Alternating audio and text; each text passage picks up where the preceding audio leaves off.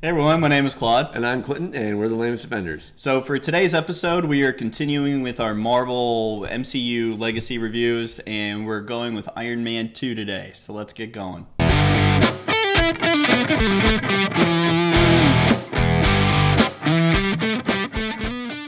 Hi, Thanos. We're the Lamest Defenders. I don't even know who you are. We have a small but dedicated fan base.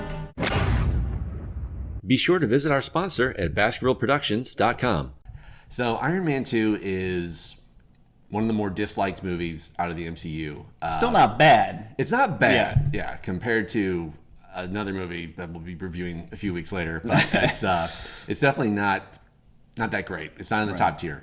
It starts with Stark Expo, and Tony Stark kind of revitalizes his dad's old convention, kind of like the World Expo, like they used to do, with like, oh, look at the light bulb and all that. So I love that Tony Stark flies in as Iron Man. He lands. He goes through this big performance. It's so extravagant. And he goes, Dodging fireworks. Yeah, and he's talking about it, and then he says, "Oh, no, it's not about me." Like that made me laugh really hard. Right. I don't know if that was intentional or not. Yeah. That was great.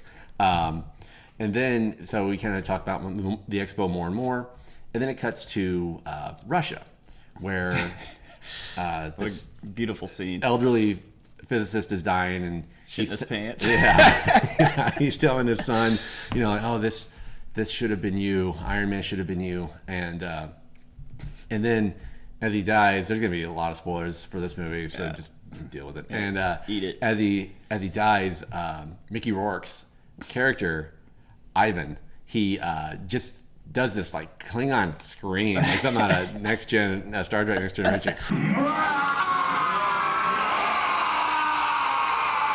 Actually, it made me laugh pretty hard, honestly. It's like silver teeth. It's like what? Where did you come up with that? So the film proceeds into a Senate hearing with Gary Shandling, who's one of my favorite comedians, and R.I.P. But he was great as a senator from Pennsylvania. Sorry, his name's escaping me right now. But he has a great back and forth with Robert Downey and Sam Rockwell's character, Justin Hammer. I guess the real bad guy in the movie. But he shows up and they have a great repartee. Yeah. And Sam Rockwell and Mickey Rourke, I thought, stole this movie. Yeah, definitely. Like Robert Downey, you're getting Robert Downey out of him, and I liked him. Mm-hmm. He's good.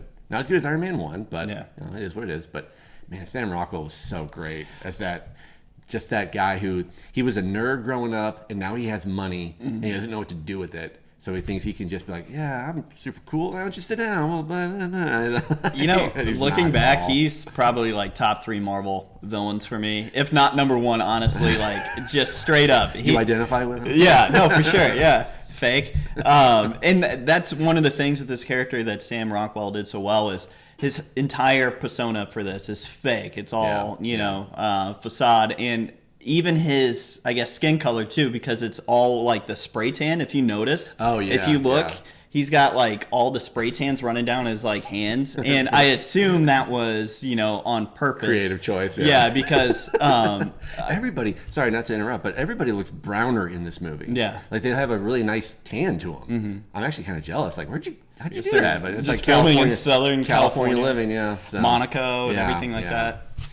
But Don Cheadle looked really brown in this movie. And that's obviously who replaced Terrence Howard. Terrence Howard. I almost said Rutger Howard again.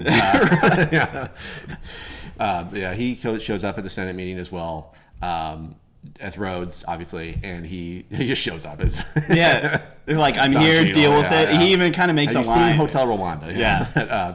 He talks about the Iron Man suit as a whole, and the senator basically cherry picks one paragraph out of this massive report saying that he could be a danger, but his pluses far outweigh the negatives. Yeah. So politicians, man. So then we see that Ivan starts to work on his own arc reactor, and then he uses it for whips. He is the character Whiplash. Mm-hmm. Russian guy with whips. Yeah. It could have been Omega Red. What are you going to do? Soon enough, hopefully. But yeah, he has this bird who he absolutely loves. And, Basically, it's just his plot to get back at him. And then, like, did you know Elon Musk is in this movie? Yeah, I know. I forgot about that. When he's not smoking blunts, he's in movies, I guess. So, yeah, they go to Monaco for the Grand Prix. Yeah. And that's when the Whiplash shows up. During the race, it's basically, he just wants to jump in there and live balls to the wall. And then while he's racing, he, in his F1 Formula cars, you have Whiplash comes and just basically he just destroys the entire race, kicks Tony Stark's ass. Yeah. And then the whole thing, and he has this cool little briefcase armor that looks really neat. They called it the football. Tony Stark said, "Give me the football." Yeah, he gets the football and he gets a suit on. And he beats Whiplash, but it was all part of his plan. Yeah, is basically to be captured just to show that Iron Man isn't so invincible and he bleeds on public television. He said that if you can make God bleed, will you still believe in him? Basically. Mm-hmm. And I thought, wow, did Zack Snyder steal that from Batman v Superman? Because that was almost verbatim what he said. So Sam Rockwell recruits Whiplash, more or less. He breaks him out of prison, and he wants him to work on his Iron Man suits. He's trying to get the contracts, and he said, to quote, put me in the Pentagon for 25 years, basically. So he wants Ivan to work on his suits because he obviously knows how to work with the arc reactor already. So I was like, yeah, you can charge him up, do what you want. I'll make you a very rich man. And breaks him out of prison, puts him in Hammer, I guess, R&D. Yeah. And thick daddy metal suits. Yeah. So he wants to create an army of Iron Man suits but Ivan just takes the helmet off. He's like, no, you want a drone, basically. Mm-hmm. This is much better. Yeah. So he creates one for all branches of the military, blah, blah, blah. And then as Tony's battling through his... it's almost like alcoholism, really, because it's slowly just poisoning, I guess. Mm-hmm. He discovers a new element, which was probably one of the sloppiest things I thought in the movie. That was just kind of like, really, ham-fisted for sure. Really, that bothered me a lot. But one of the other weaker things too I felt with this movie is we didn't even address it was the introduction of Black Widow with Scarlett Johansson. It was just so in there, she's a sex symbol. There's some some Me Too stuff happening within the office, and it just proves that they just jammed so much crap into this movie to just make it all work, and it's still, I don't know how it manages to stay together, but it does. They tried really hard. I mean, Favreau's like, oh, what do you got? Us a little what do you call it? Booty boxing or something like that? He was just making fun of her right to her face, and she just knocked him on the floor. Yeah.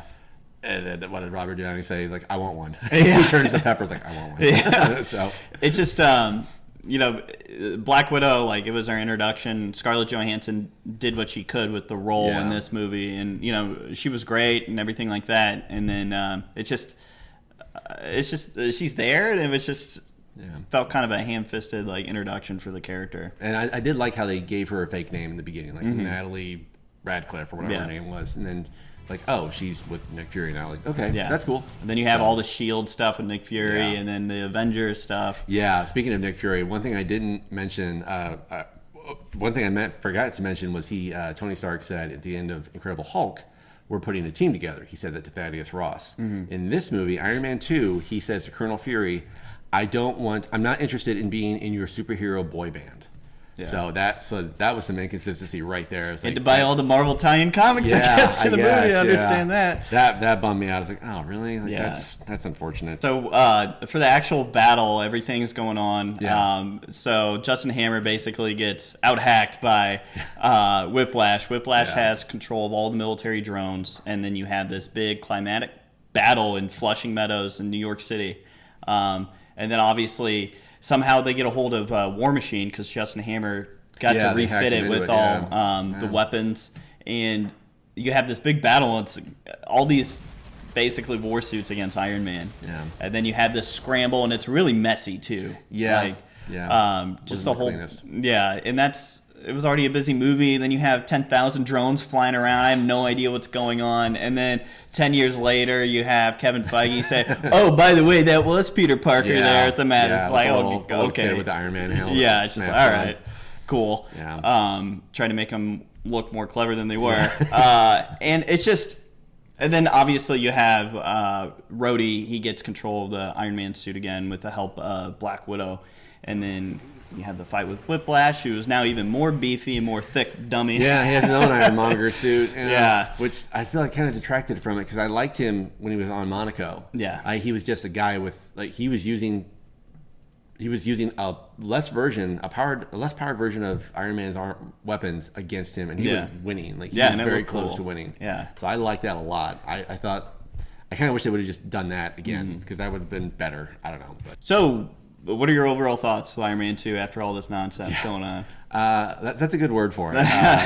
I'd give it probably about a 6, honestly. It's not as bad as everyone thinks. It's not that great either, but it's still a solid movie. I enjoyed it. I was laughing a few times. Like, again, Sam Rockwell was great. Mickey Rourke was good. The villains were actually better, I thought, in this one.